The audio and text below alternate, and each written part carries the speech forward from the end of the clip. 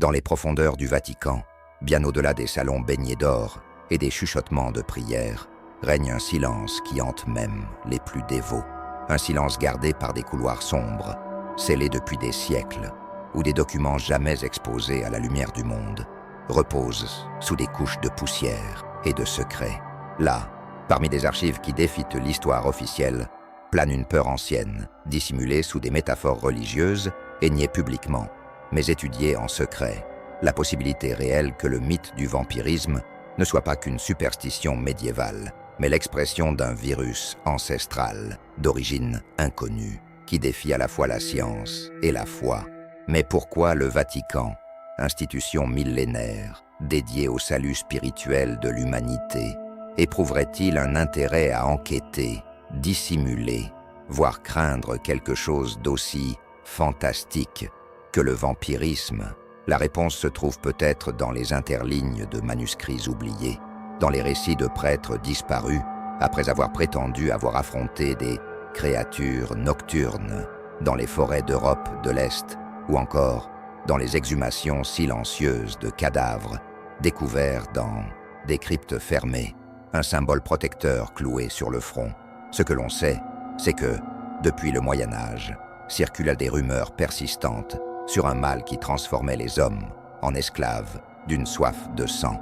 Et bien que la science moderne ait tenté d'expliquer ces phénomènes par des termes comme porphyrie ou rage, certains événements, soigneusement étouffés, semblent dépasser toute explication rationnelle. On rapporte que des personnes, après avoir été mordues ou exposées aux fluides corporels d'individus infectés, développaient une résistance anormale à la lumière du jour, un appétit démesuré pour la chair crue et une longévité inexplicable. En 1962, un groupe de spécialistes des maladies infectieuses fut secrètement convoqué au Vatican. Aucun enregistrement officiel de cette réunion n'existe, seulement la lettre chiffrée d'un évêque disparu qui mentionnait la résurgence de l'ancien fléau entre les murs de la foi. Depuis lors, des mesures ont été prises pour verrouiller certains dossiers et maintenir certaines investigations discrètes. Le Vatican redoute-t-il que la science découvre quelque chose que la foi ne peut combattre? Ou bien, au fil des siècles, a-t-il déjà affronté ce mal? Et ne commençons-nous qu'à peine à comprendre ce qui a toujours rôdé dans l'ombre? Car parfois, les monstres ne vivent pas seulement dans l'obscurité, ils vivent dans la mémoire du sang. Il existe un lieu au cœur de Rome où la lumière pénètre rarement et où le temps semble figé. Ce lieu, entouré de légendes et de spéculations, est connu sous le nom d'Archives secrètes du Vatican, un nom qui évoque à lui seul des images de conspiration, de manuscrits interdits et de vérités ensevelies sous la poussière des siècles. Ce que peu savent, c'est qu'au sein des innombrables documents scellés par les papes successifs, se trouve une collection énigmatique, au titre aussi symbolique qu'effrayant, les manuscrits du sang. Ces textes n'apparaissent pas dans les catalogues publics et ne peuvent être consultés par les chercheurs ordinaires. Ils sont conservés sous triple protection, dans une salle souterraine, accessible uniquement aux membres d'un ordre interne, appelé Custodes Sanguini, les gardiens du sang. Créé sous le pontificat d'Innocent VIII, le même pape associé au tristement célèbre Malleus Maleficarum, manuel de chasse aux sorcières, cette confrérie fut instituée pour étudier les phénomènes jugés contre la création divine, mais inexplicables par la théologie traditionnelle. Les manuscrits du sang auraient été rédigés entre les XIIe et XIVe siècles, à partir de témoignages de moines bénédictins chargés d'observer les confins de la Transylvanie, de la Pologne et de la Valachie. Leurs descriptions sont troublantes, des villages anéantis en une seule nuit, des cadavres exhumés présentant des signes de réanimation et des silhouettes drapées de manteaux noirs qui erraient dans les plaines après le crépuscule, ne laissant derrière elles que des troupeaux morts et des habitants pâles, incapables de se souvenir des événements. Mais il ne s'agissait pas que de superstitions rurales. Ce qui frappe et terrorise dans ces récits, c'est la précision anatomique, altération du globe oculaire, rétraction des gencives, dévoilant des dents allongées, perte de pigmentation cutanée, absence de réflexes pupillaires et résistance quasi miraculeuse à la décomposition. Malgré leur effroi, les moines décrivirent ces anomalies avec minutie, affirmant qu'ils faisaient face à quelque chose d'effiant, autant la nature que la foi. Dans l'une des sections les plus controversées, datée de 1294, un manuscrit attribué à l'abbé Théobaldus raconte la capture d'un infecté maintenu en captivité dans la cave d'un monastère alpin. Pendant 17 jours, le moine étudia les réactions de la créature à la lumière du soleil, à l'eau bénite, aux croix, et, ce qui attira particulièrement l'attention, à la consommation de sang humain. En se nourrissant de sang frais, l'être retrouvait vitalité, force et agilité. Privé de cette substance, il dépérissait en quelques jours, sans cependant mourir. D'abord jugés hérétiques, ces récits furent finalement pris au sérieux lorsque, au fil des siècles, trop de coïncidences devinrent impossibles à ignorer. Vagues d'anémie collective, inexpliquées dans des villages reculés, disparition d'enfants lors de nuits spécifiques du calendrier lunaire et apparition de sectes vénérant des entités éternelles et assoiffées associées au sang. Ces événements furent surveillés et consignés, aboutissant à la décision de maintenir les manuscrits du sang sous un secret absolu. Fait curieux, les documents les plus récents de cette collection datent du XIXe siècle, lorsque des missionnaires catholiques en Roumanie signalèrent le retour de créatures au comportement identique à celui décrit au Moyen Âge. L'un de leurs rapports, tapuscrit en 1892, mentionne la capture d'un homme dépourvu de battements cardiaques, à la peau cadavérique, mais pleinement conscient. Le spécimen fut transporté à Rome, mais toutes les preuves disparurent mystérieusement lors de l'incendie de l'aile ouest du Vatican en 1903, un incident officiellement attribué à un défaut électrique, bien que beaucoup y voient une destruction délibérée de preuves. Ce qui tourmente les théologiens modernes du Vatican n'est pas uniquement l'existence possible de ces créatures, mais l'hypothèse, encore plus alarmante, que le vampirisme soit la manifestation d'une mutation virale, une condition transmissible, latente, réactivable selon certaines conditions environnementales ou génétiques. Un virus endormi peut être préservé dans des lignées humaines isolées, ou même dans des cryptes oubliées. Voilà pourquoi les manuscrits du sang ne peuvent être divulgués. Les rendre publics reviendrait à admettre que l'Église détient des archives d'un mal qui n'appartient pas au domaine du surnaturel, mais à celui du biologique, un mal qui ne peut être exorcisé, mais simplement contenu. Les brumes du Moyen Âge cachèrent bien plus que batailles, châteaux et superstitions. Dans l'ombre des forêts et les échos des églises isolées naquirent des récits de peste qui ne tuaient pas seulement, mais transformaient. Des épidémies silencieuses, sans cadavres, entassées dans les rues, comme lors de la peste noire, mais provoquant disparition, changement de comportement et terreur, transmises de génération en génération. C'est peut-être dans ce climat de peur, d'ignorance et de foi aveugle que naquirent les légendes des vampires. Mais peut-être, aussi, quelles sont les traces voilées de faits réels. Dans des villages oubliés de l'actuelle Roumanie et de Hongrie, on racontait que lors de nuits où la lune semblait plus grande et plus rouge, des habitants tombaient malades sans cause apparente. Ils devenaient se replier sur eux-mêmes, pâles, assoiffés d'une soif qu'aucune eau ne pouvait apaiser. Rapidement, ils évitaient le soleil, détestaient l'ail, et leurs yeux s'illuminaient d'un éclat fiévreux.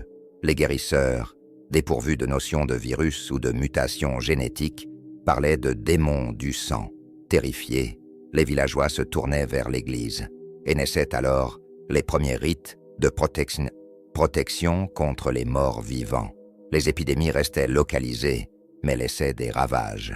Des chroniques de moines des montagnes des Carpates rapportent que certains soirs, les plaines mouraient au silence complet, comme si la nature elle-même se recroquevillait face à une présence indésirable.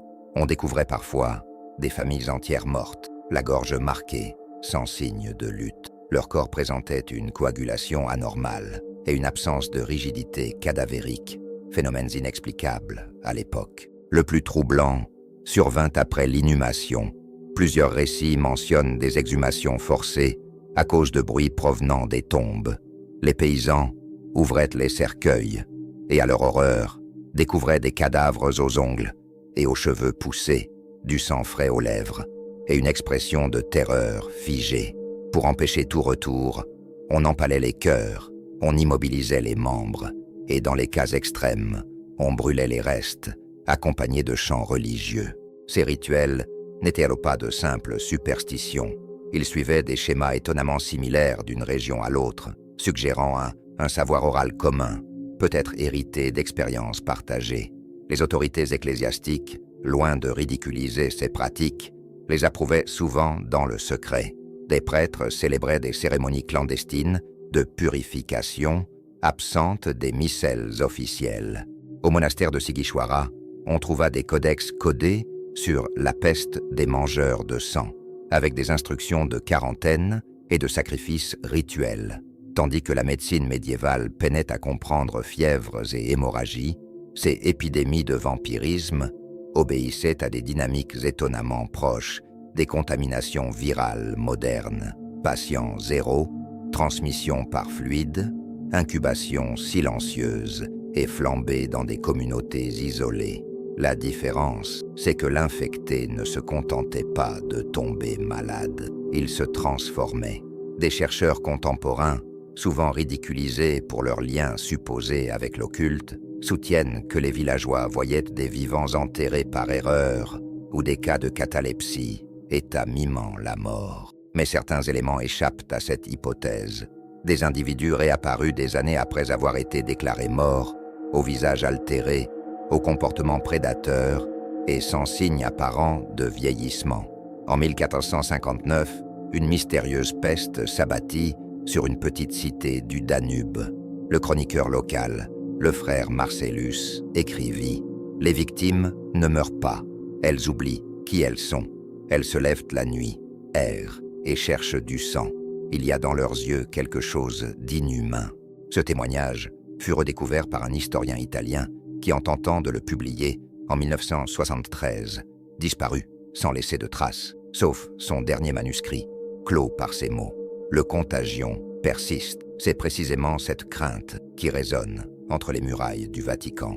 Si ces épidémies médiévales sont les vestiges d'un virus ancestral, peut-être endormi, peut-être en attente des conditions favorables pour ressurgir, alors on fait face à un phénomène qui dépasse le simple mythe. Cela expliquerait pourquoi le Vatican déploie encore aujourd'hui des équipes de surveillance dans certaines régions d'Europe de l'Est, pourquoi une aile d'études génétiques existe à Castel Gandolfo, à l'écart du public, et pourquoi, sous un discours de foi, subsiste une peur aussi ancienne que le christianisme lui-même, la crainte que le sang, symbole suprême du salut, ne porte en lui la graine de la perdition.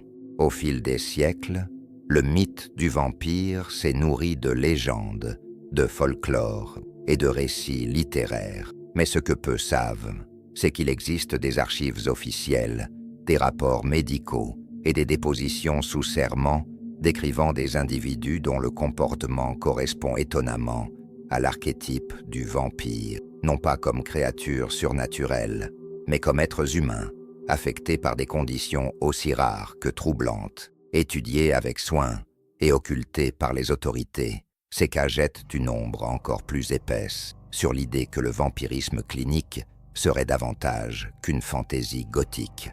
En 1725, dans le village de Medvedja, en Serbie, on documenta le cas de Petar Blagojevic. Ordonné par les autorités autrichiennes, son corps fut exhumé après 10 morts soudaines, en moins d'une semaine. Les témoins affirmèrent l'avoir vu errer la nuit, bien que son enterrement eût eu lieu quelques jours plus tôt. À l'ouverture du tombeau, son corps était intact, sa barbe et ses ongles avaient repoussé, du sang frais coulait de sa bouche, et aucune odeur de putréfaction ne se dégageait. Le médecin, Johann Fluckinger, rédigea un rapport minutieux, aujourd'hui conservé à la Bibliothèque nationale de Vienne. Le corps de Petar fut empalé et brûlé, mettant fin aux attaques supposées. Ce cas n'est qu'un exemple parmi des dizaines survenus au XVIIe et XVIIIe siècle dans les Balkans, coïncidant avec des flambées de maladies provoquant faiblesse, fièvre nocturne et perte extrême de sang sans blessures apparentes. Ces témoignages poussèrent la monarchie des Habsbourg à instaurer des protocoles de quarantaine et le Vatican y dépêcha des inspecteurs ecclésiastiques pour suivre ses enquêtes. Au XIXe siècle, avec les avancées médicales, apparut la porphyrie, un trouble métabolique rare affectant la production de l'hème. Les sujets atteints deviennent hypersensibles au soleil, présentent une rétraction gingivale, dents apparentes, une urine foncée et un comportement antisocial, symptômes troublants de similitude avec ceux attribués aux vampires. Pourtant, la porphyrie n'explique pas l'appétit pour le sang rapporté dans de nombreux cas historiques. Un autre diagnostic, tout aussi rare et controversé, fit son apparition, l'hématodipsie, désir irrépressible de boire du sang. Classifié en psychiatrie moderne comme trouble obsessionnel, certains cas documentés décrivent des individus affirmant avoir besoin de sang pour rester en bonne santé, énergique et conscient. Le plus célèbre est celui de Fritz Haarmann, le vampire de Hanovre, qui de 1918 à 1924 tua des dizaines de jeunes hommes et prétendait se sentir faible s'il restait trop longtemps sans ingérer de sang. Malgré la dimension criminelle de son cas, les autopsies révélèrent chez lui une anatomie anormalement robuste pour son âge et son régime alimentaire. D'autres dossiers plus obscurs furent soigneusement escamotés. En 1936, l'hôpital psychiatrique de Charenton, en France, aurait enregistré un patient nommé seulement M.L., aristocrate français dont les dossiers internes décrivaient un taux de fer sanguin 3 fois supérieur à la normale, l'absence de battements cardiaques détectables et une survie presque exclusivement assurée par de petites transfusions hebdomadaires. Son existence fut effacée après la visite mystérieuse de membres de la curie romaine et ses archives scellées. Pendant la Seconde Guerre mondiale, des documents soviétiques évoquent des expériences menées sur des prisonniers du Caucase, exposés à des conditions extrêmes et injectés de composés biologiques prétendument prélevés dans des tombes médiévales. Certains développèrent une force surhumaine, une tolérance à la douleur, une absence d'apparition de vieillissement, et selon des témoignages clandestins, une aversion inexpliquée pour la lumière intense. Le sort de ces sujets expérimentaux demeure inconnu. Plus récemment, en 2004, un cas fit sensation parmi les infectiologues d'Europe de l'Est. Une femme de 41 ans, Alina K., se présenta à l'hôpital de Bucarest pour une fatigue extrême et un besoin de consommer du sang cru animal. Les analyses révélèrent un métabolisme ralenti, une température corporelle stabilisée à 33,4 degrés Celsius et des globules rouges à la morphologie anormale. Lorsque ces résultats parvinrent à l'Organisation mondiale de la santé, ils furent immédiatement classés anomalie isolée, sans risque épidémique. Cependant, on sait qu'une délégation de chercheurs, liés au Vatican, visita l'hôpital quelques semaines plus tard, et la patiente disparut tout aussi mystérieusement. Ces épisodes, épars mais troublants, ont en commun de défier les classifications médicales conventionnelles, et lorsque l'on cherche à les approfondir, d'attirer invariablement l'attention d'ordre religieux ou de services de renseignement. Un schéma silencieux de dissimulation se déploie, visant à faire passer ces manifestations pour des délits, des affabulations ou des aberrations, alors même qu'elles pourraient partager une origine ancestrale, encore mal comprise. Si le vampirisme n'était finalement qu'une forme biologique, peut-être virale, nous nous trouverions face à un phénomène qui transcende la fiction et entre dans le domaine de la science interdite. Et c'est cette éventualité qui maintient le Vatican en alerte permanente, redoutant non seulement la réapparition des cas, mais surtout leur divulgation au monde moderne. Sous les voûtes d'archives jamais reconnues, derrière des couloirs silencieux et des cryptes oubliées, se poursuit depuis des décennies une quête obscure, l'identification d'une anomalie génétique repérée dans des registres médicaux anciens et actuels, toujours associés à des symptômes alarmants.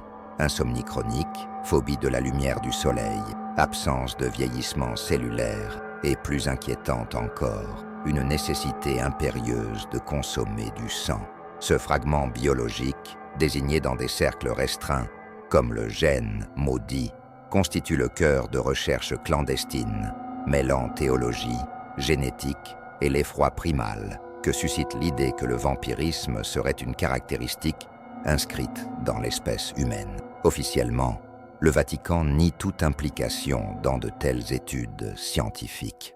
Pourtant, des documents divulgués par des sources internes, analysés par des chercheurs indépendants, tels que le docteur Emil Vasilescu, généticien roumain disparu en 2009, attestent que depuis la fin de la Seconde Guerre mondiale, une course secrète s'est engagée pour recenser les lignées familiales porteuses de mutations rares liées au métabolisme du fer et à la régénération cellulaire. Certaines de ces familles ont été identifiées dans des zones reculées de Transylvanie, du Caucase et même de la péninsule ibérique, vivant à l'écart du monde, tout en préservant des traditions séculaires. Selon Vasilescu, le gène maudit résulterait d'une mutation récessive du chromosome 11, perturbant la synthèse de l'hème, mais provoquant aussi un métabolisme inversé. L'énergie vitale ne serait pleinement restaurée qu'au prix d'une ingestion directe d'hémoglobine, c'est-à-dire de sang.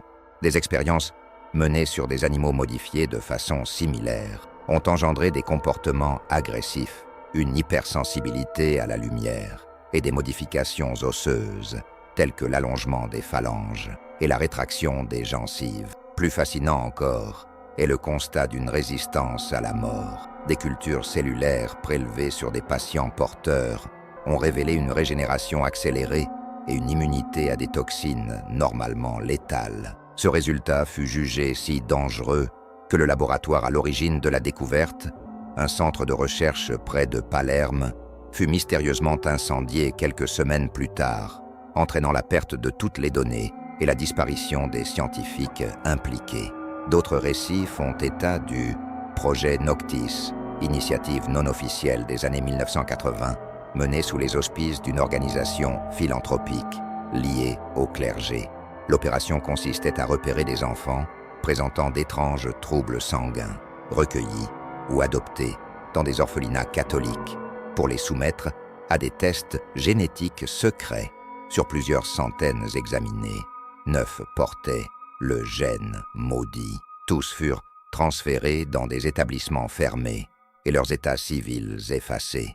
Le sort de ces enfants reste inconnu, bien que la rumeur évoque la survie d'au moins l'un d'entre eux sous étroite surveillance.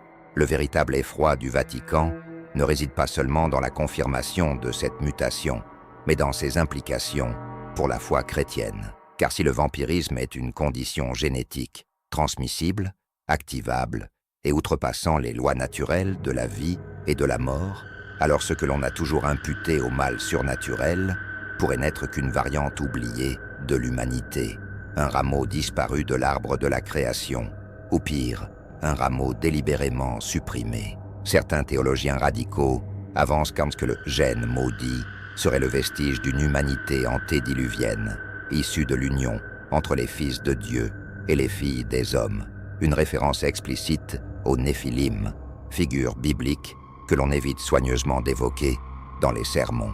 Selon cette conception, le sang des Néphilim, maudit et transmis en secret, aurait évolué en un virus génétique, attendant une réactivation sous certaines conditions environnementales.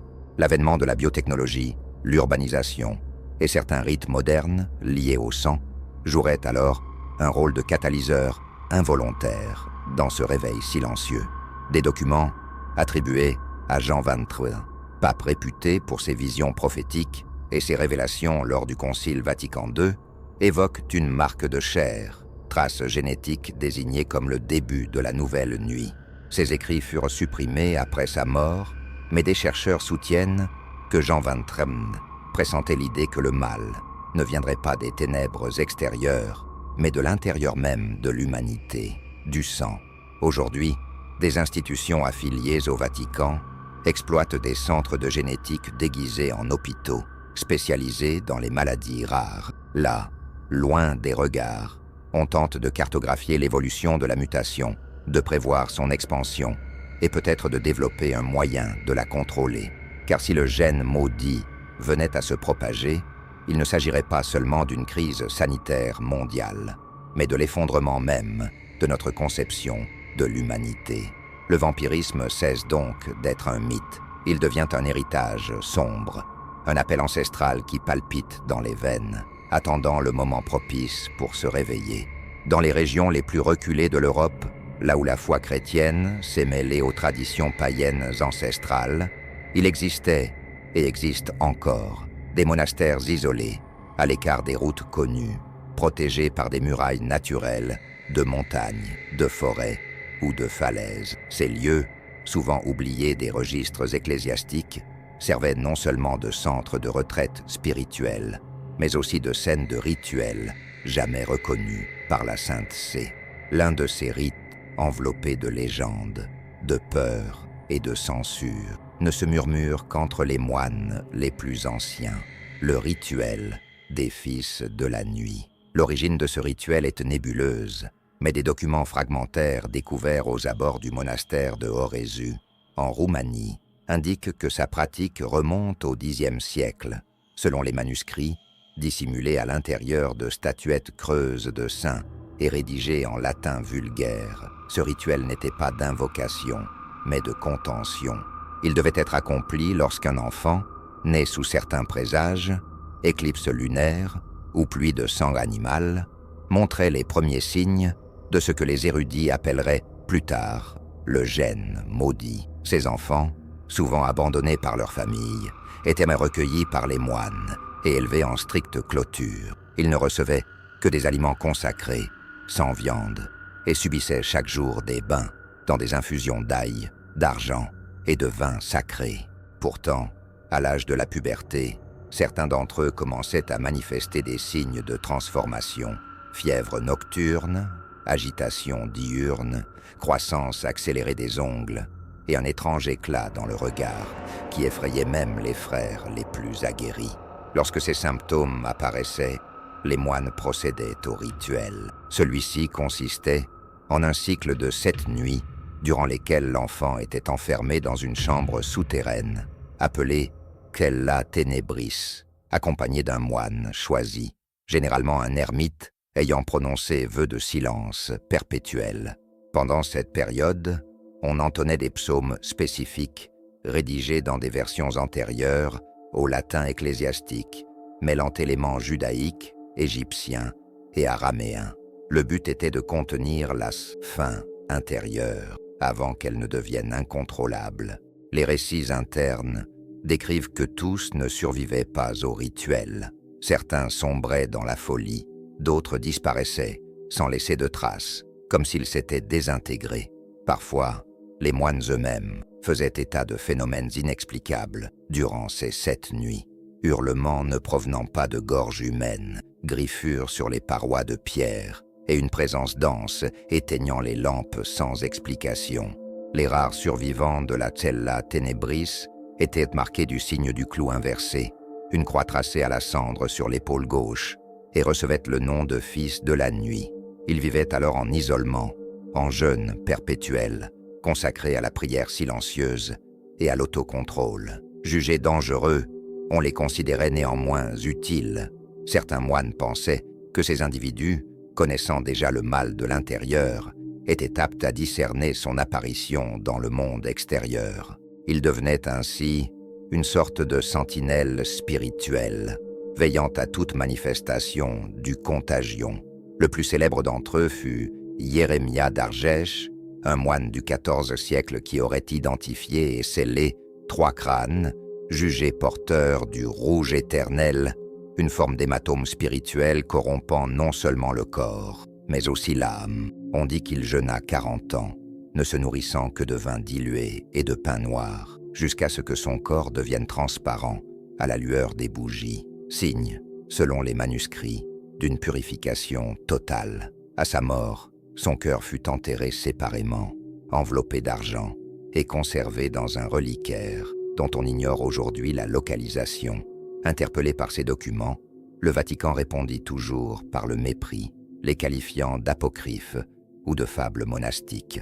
Cependant, en 1971, un groupe d'explorateurs spirituels mit au jour les ruines d'un monastère inconnu dans les monts Rila, en Bulgarie.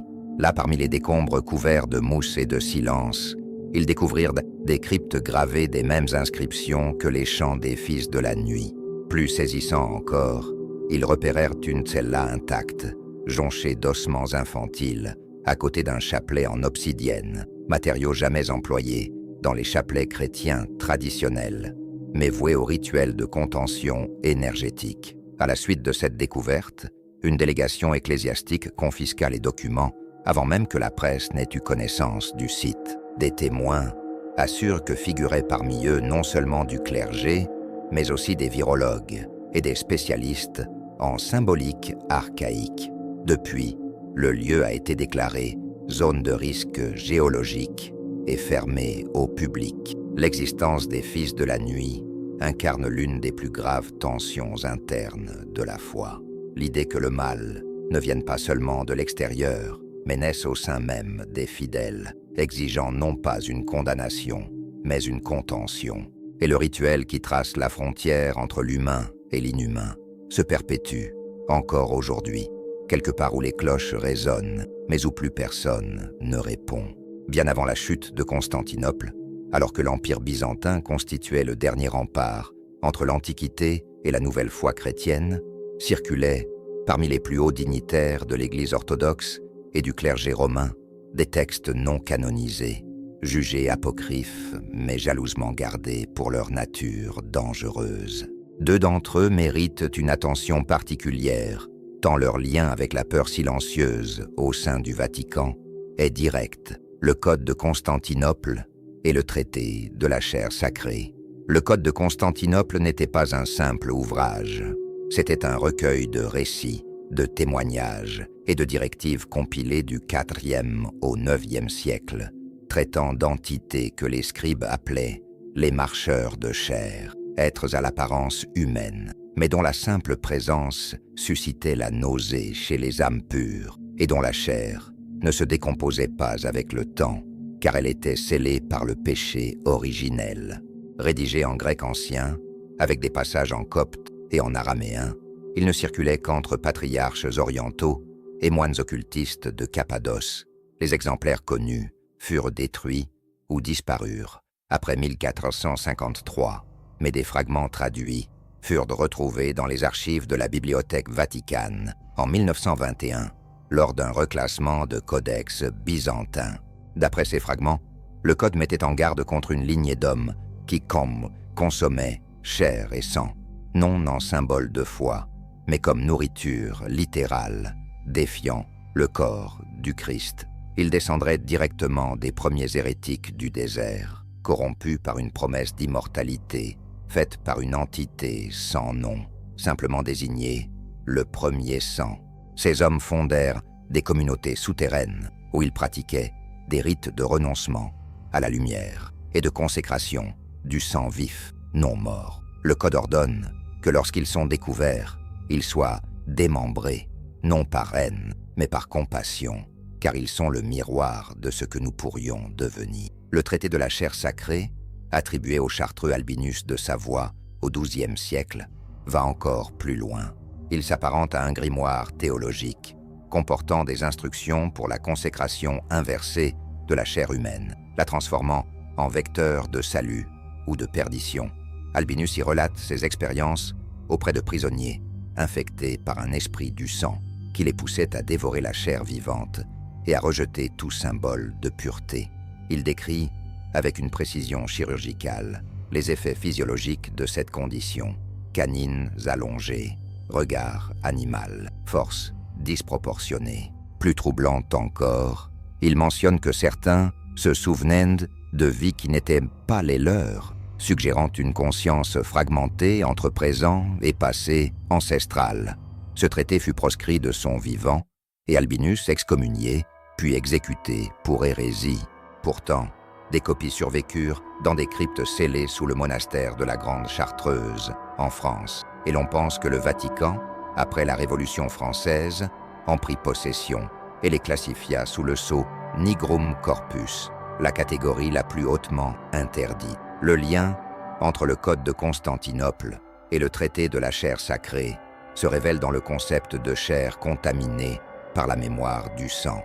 Ces deux écrits envisagent le vampirisme non comme un mal spirituel, mais comme un héritage ancestral, peut-être pré-adamique, persistant dans certaines lignées et pouvant ressurgir à la faveur d'événements spécifiques, ingestion rituelle de chair humaine ou contact avec des reliques maudites.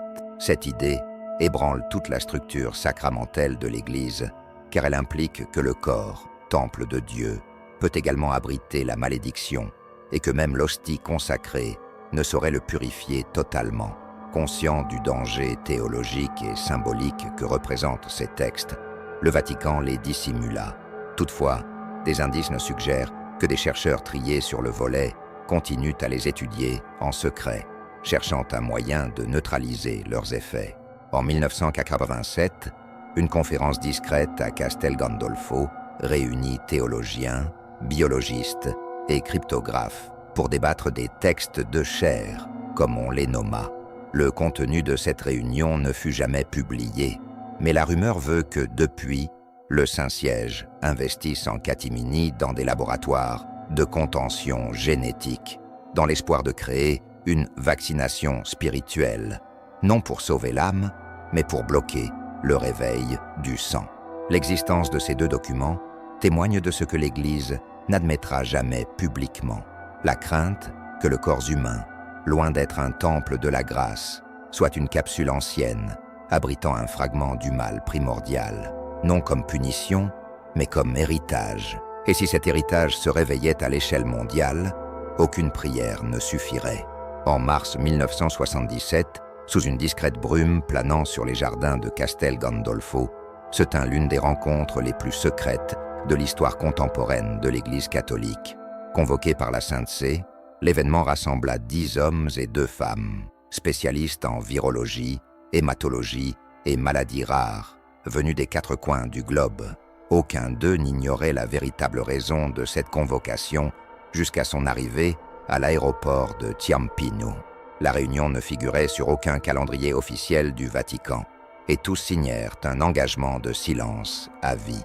L'objet, l'analyse d'un corps, ou, selon le dossier remis à l'arrivée, un organisme porteur de caractéristiques hématophages, incompatibles avec la physiologie humaine ordinaire. Le cadavre avait été exhumé dans les catacombes d'un couvent abandonné près de l'Aquila, après l'effondrement partiel d'une aile souterraine. Enchaîné d'argent et enfermé dans un cercueil gravé de symboles latins mêlés à des signes alchimiques, il présentait une conservation parfaite, malgré plus de 150 ans d'inhumation. Sa peau était élastique et grisâtre, ses yeux vitreux grands ouverts, ses canines supérieures légèrement proéminentes. Plus étonnante encore, l'autopsie préliminaire révéla que du sang circulait encore dans certaines veines principales. Les infectiologues, dont le renommé Dr Lionel Roussac de l'Université de Marseille, crurent d'abord à une momification naturelle extrême, favorisée par des conditions environnementales atypiques.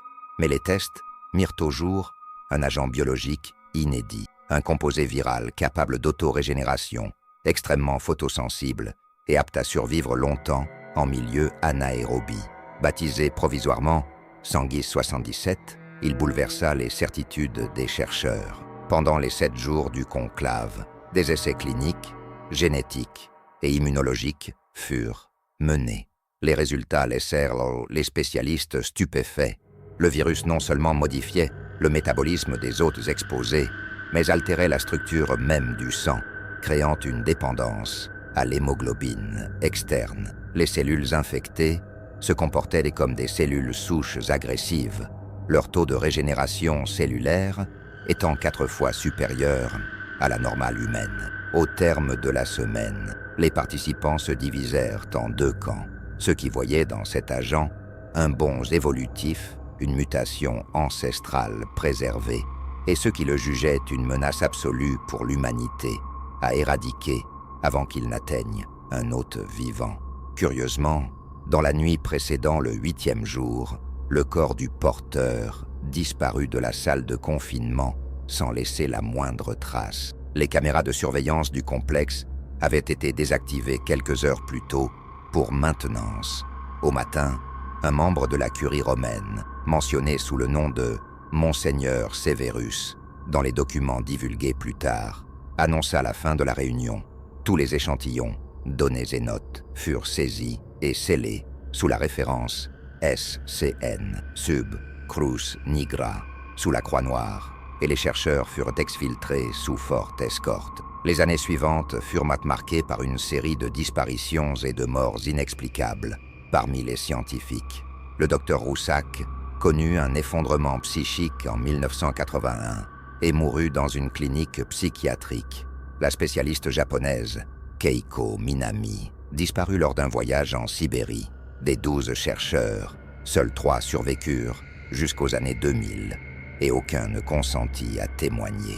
Le Vatican n'a jamais confirmé cette réunion, mais des journalistes d'investigation comme Lorenzo Malacarne parvinrent, en 2005, à tracer des photocopies de documents fuités par un employé de l'Académie pontificale des sciences. On y trouve des croquis du corps, des analyses de sanguine au niveau biologiquement incompatible et des cartes de tunnels reliant d'anciens couvents à des dépôts secrets sous la basilique Saint-Jean de Latran, suggérant que ce cadavre n'était qu'un parmi d'autres. La rencontre de 1977 fut donc plus qu'un simple colloque scientifique. Elle marqua pour le Vatican la reconnaissance tacite de ce qui existe, un phénomène défiant les frontières entre foi et science, un organisme ou entité capable de réécrire la biologie humaine et de ressusciter la plus ancienne de nos terreurs, la peur du sang, qui exige du sang. Cet événement scella pour toujours l'implication de l'Église dans la contention non seulement spirituelle, mais aussi biologique de ce que certains ecclésiastiques scientifiques appelèrent par la suite l'hérésie génétique. Et depuis, un nouveau bras de la Sainte Sé œuvre dans l'ombre, vigilant, invisible, prêt à intervenir au moindre signe que le Sanguis 77 a trouvé un nouvel hôte. Parmi les nombreux symboles oubliés qui ont un jour circulé dans les couloirs secrets du Vatican, il en est un que les théologiens modernes évitent d'évoquer et que les historiens médiévaux abordent avec crainte: la rose noire. Contrairement à la rose blanche, emblème de la pureté mariale, ou à la rose rouge, associée aux martyrs du Christ, la rose noire porte une connotation ambiguë et dangereuse. Elle figure dans des codex non canonisés, des peintures dissimulées dans des cryptes et des amulettes conservées par des ordres disparus. Plus troublante encore, elle apparaît dans des prophéties inédites de Jean XXIII, le pape visionnaire qui, selon ses proches, percevait l'avenir avec autant de crainte que d'espérance. La rose noire serait, d'après certains manuscrits du XVe siècle, l'emblème d'une confrérie silencieuse réunissant moines, alchimistes et médecins de l'esprit, dont la mission était de préserver l'équilibre entre chair et âme. Ils croyaient que certains êtres humains portaient en eux une semence ancestrale, à la fois bénédiction et malédiction, susceptible d'éclore dans des conditions favorables, engendrant des entités hybrides, ni tout à fait humaines, ni pleinement spirituelles. La rose noire était le signe gravé aux portes des villages, où un tel d'éveil s'était produit, toujours suivi d'une vague de disparitions et de témoignages, évoquant des personnes qui ne mouraient pas, mais disparaissaient lentement. C'est cependant Jean XXIII qui remit la rose noire sur le devant de la scène vaticane. Dans ses écrits personnels, nombreux furent ceux qui ne virent jamais le jour. Réputé pour son ouverture d'esprit et la mise à disposition de certains textes secrets durant le Concile Vatican II, le pape nota dans son journal une série de visions aussi réelles que la lumière du jour, selon des témoins. Dans l'une d'elles, datée d'octobre 1959, il décrit avoir vu une fleur noire éclore au centre de Rome, entourée de prêtres aux yeux en sang, tandis qu'un enfant souriait, révélant des dents acérées. Il écrivit « Quand la rose noire fleurira sur l'autel, le sang cessera d'être symbole de rédemption pour devenir chemin. » Dans une autre vision, en 1961, Jean XXIII évoque un virus rouge séduisant par la promesse d'éternité, mais se nourrissant du souvenir du péché originel. Les érudits y virent une allusion voilée au vampirisme biologique, un agent transmissible corrompant la chair sans toucher l'esprit, faisant du corps un réceptacle d'une conscience ancestrale. La prophétie la plus sombre, cependant, fut consignée dans une lettre scellée remise aux archives secrètes. Selon des témoignages de cardinaux y ayant eu accès, le pape y prophétisait la naissance d'une nouvelle lignée humaine, marquée d'un trait génétique donnant vie à ceux qui marchent sans ombre et dont les yeux ne reflèteront jamais la lumière du salut. Les spécialistes de ces prophéties ont relié cette description au gène maudit, identifié des décennies plus tard dans les recherches génétiques vaticanes. La rose noire deviendrait alors non seulement un symbole spirituel, mais un marqueur génétique, un legs silencieux fleurissant chez les descendants d'une lignée oubliée, peut-être issue des Néphilim ou des tribus anéanties de l'Ancien Testament. Jean 23, en pressentant cela, aurait cherché à alerter l'Église sur la nécessité de comprendre cet ennemi intérieur avant qu'il ne soit trop tard. Fait remarquable, après la mort du pape, nombre de ses écrits furent saisis et scellés sur ordre direct de la curie. Son successeur, Paul VI, évita toute mention publique de ses visions, et le terme « rose noire » fut banni des homélies et des débats théologiques. Pourtant, en 2002, lors de travaux de rénovation dans les appartements pontificaux, on découvrit une ancienne fresque murale, sous plusieurs couches de peinture. Elle représentait une figure féminine, aux yeux sombres, entourée d'épines, brandissant une rose aux pétales noirs coulant de sang. Au pied de la fresque, une inscription latine, Flos sanguinis, sigillum futuri, la fleur du sang, le sceau de l'avenir. Aujourd'hui, conspirationnistes et chercheurs indépendants estiment que la rose noire sert de code d'alerte, marquant discrètement les zones où la mutation sanguine a été détectée et que le Vatican l'emploie encore pour signaler les zones de risque biogénétique. On rapporte la découverte de tatouages sur des cadavres non identifiés, originaires de Roumanie et de Bulgarie, apportés clandestinement pour des examens génétiques. Tous arboraient une variante du même symbole, une rose aux pétales sombres, entourée d'épines spirales pointant vers l'intérieur. Les prophéties de Jean 23, loin d'être mises au rebut, continuent d'obséder les cercles internes de la foi. Car si ces pressentiments étaient exacts, et si la rose noire annonce une nouvelle ère, alors peut-être ne sommes-nous pas à l'aube d'une régénération spirituelle, mais du retour d'une lignée silencieuse, patiente, qui n'est jamais morte, mais a seulement attendu. Dans le livre de l'Apocalypse, ultime texte de la Bible, sont dissimulées des visions de catastrophes, jugements et révélations suscitant terreur et spéculation depuis des siècles. Cavaliers, sceaux brisés, coupe de la colère divine, tout semble annoncer une fin grandiose et terrifiante. Mais et si certaines de ces visions n'étaient pas que de simples allégories de spirituel, et si quelques-unes décrivaient, sous couvert d'images codées, une menace biologique ancestrale, connue des anciens, redoutée des prophètes et dissimulée par l'Église, parmi théologiens officieux et chercheurs alternatifs, une théorie prend de l'ampleur. Le virus rouge, mentionné dans des documents secrets du Vatican, serait directement lié à la prophétie de la fin des temps. L'expression « virus rouge » n'apparaît pas dans les textes bibliques, mais s'associe au second cavalier de l'Apocalypse, celui qui monte un cheval écarlate et brandit une épée, ôtant la paix à la terre. Traditionnellement, on y voit un symbole de guerre. Pourtant, des manuscrits marginalisés proposent une autre interprétation. Dans une vieille version araméenne de l'Apocalypse, conservée au monastère syriaque de Maaloula, le terme usité n'est pas « épée », mais « lame de chair ». Certains spécialistes y discernent la référence à une arme biologique, une corruption du corps semant le chaos, non par la violence, mais par la transformation interne. Le virus rouge, selon des documents oculés du Saint-Siège, serait cette lame de chair, un agent viral se propageant silencieusement, corrompant la physiologie humaine, altérant non seulement le comportement, mais aussi l'essence même de l'âme. Il ne tue pas immédiatement. Au contraire, il offre vigueur, longévité et résistance, mais exige en retour le besoin permanent de sang vivant. Dans ses archives secrètes, l'Église a associé ce schéma à l'antichristianisme cellulaire, inversion de l'Eucharistie où le corps n'est plus offrande de rédemption, mais nourrit profane. La prophétie du troisième sceau, décrivant le cavalier noir portant la balance, prend un sens inédit dans ce contexte. La balance symboliserait le jugement de la pureté du sang, le discernement entre ceux encore humains et ceux déjà marqués par le rouge.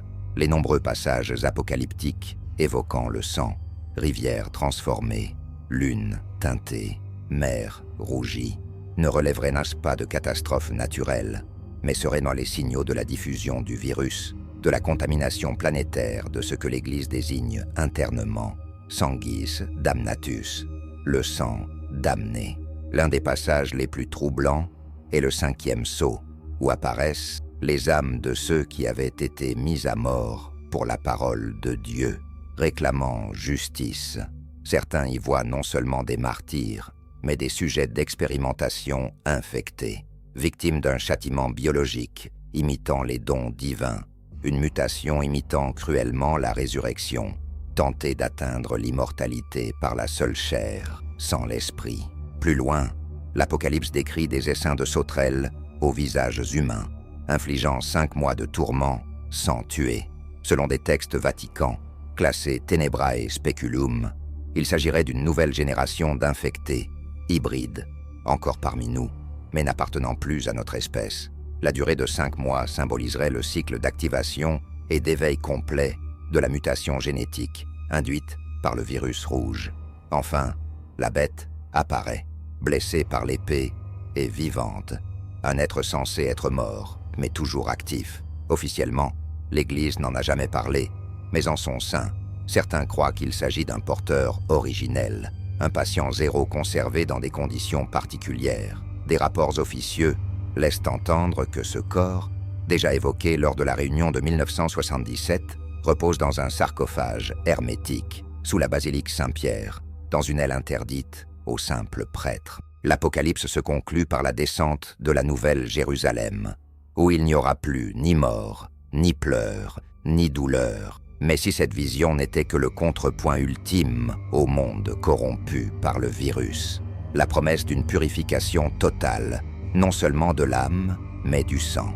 Un renouveau où le gène maudit serait éradiqué à jamais, et où les fils de la nuit seraient y jugés, non comme pécheurs, mais comme héritiers d'une lignée qui n'aurait jamais dû perdurer.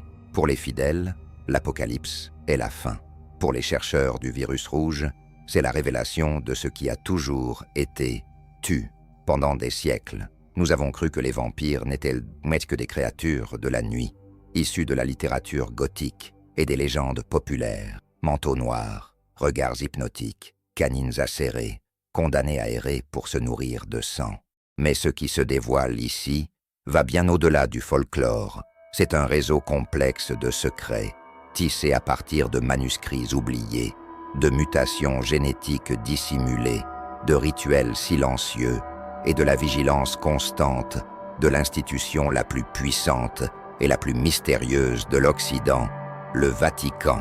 Les archives secrètes, les récits des cruciformes, la crainte des moines face aux fils de la nuit, les expériences génétiques menées sous le couvert de la foi et les prophéties enfouies dans les écrits de Jean 23. Tout converge vers une possibilité terrifiante.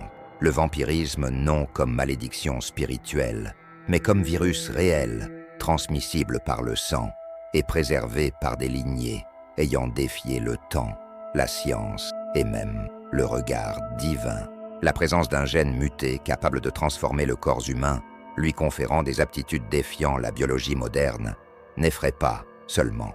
Elle met au défi la notion de rédemption, le dogme de la finitude du corps, l'exclusive de l'âme, comme source de conscience.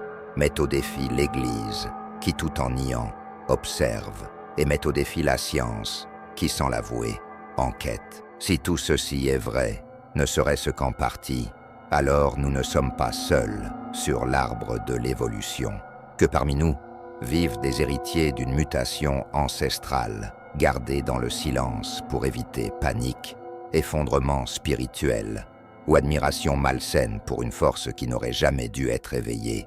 Le virus du vampirisme, tel que le suggèrent ces récits, pourrait sommeiller, latent, dans le sang de quelques-uns ou de beaucoup, attendant silencieusement qu'une faille, un oubli, une nouvelle nuit lui permettent de renaître. Et c'est précisément ce que le Vatican redoute, non seulement l'existence de la créature, mais la révélation de son origine, car cela remettrait en cause des millénaires de croyances, car cela prouverait que le mal n'habite pas l'enfer, mais coule dans nos veines, et par-dessus tout, que ce mal peut se confondre avec le pouvoir, et comme l'histoire l'a montré, certains tenteront toujours de le maîtriser.